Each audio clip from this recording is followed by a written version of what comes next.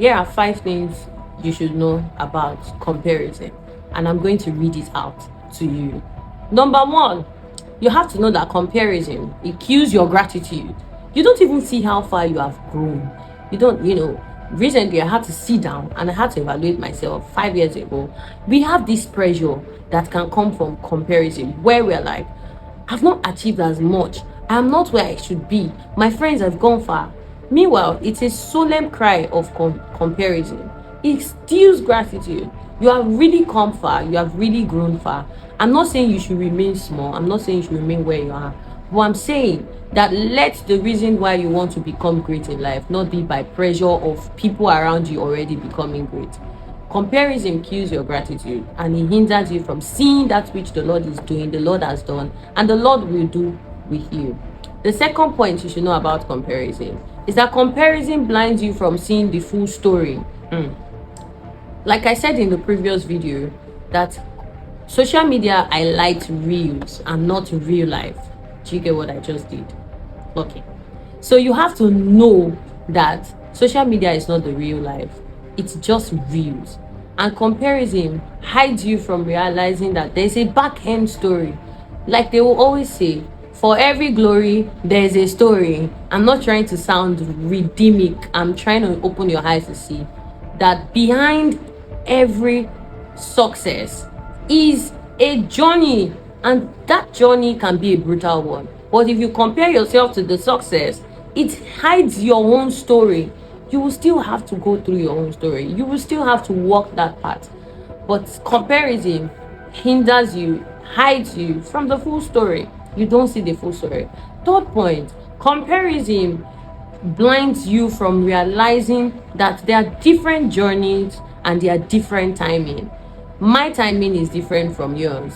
Like my mentor will say, you can't run the same way. If your race is 100 meters, you can't run like somebody that their race is 1,500 meters.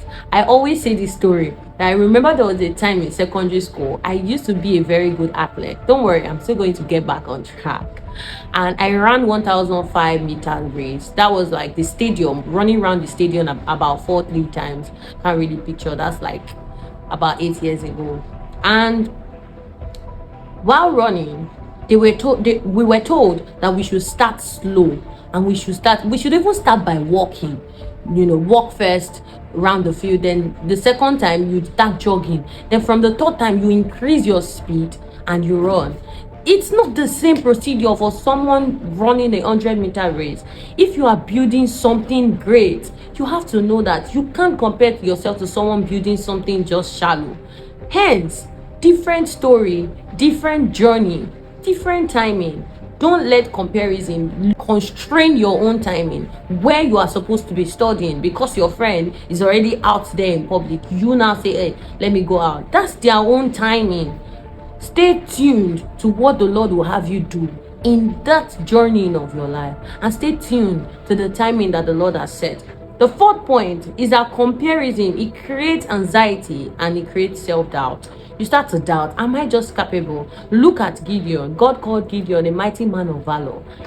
God already made him a mighty man of valor. He did not now say, well, I just called Gideon, let me take him and go and put mighty man of valor in him. He was already a mighty man of valor, but he had self-doubt. He did not believe that he was a mighty man of valor.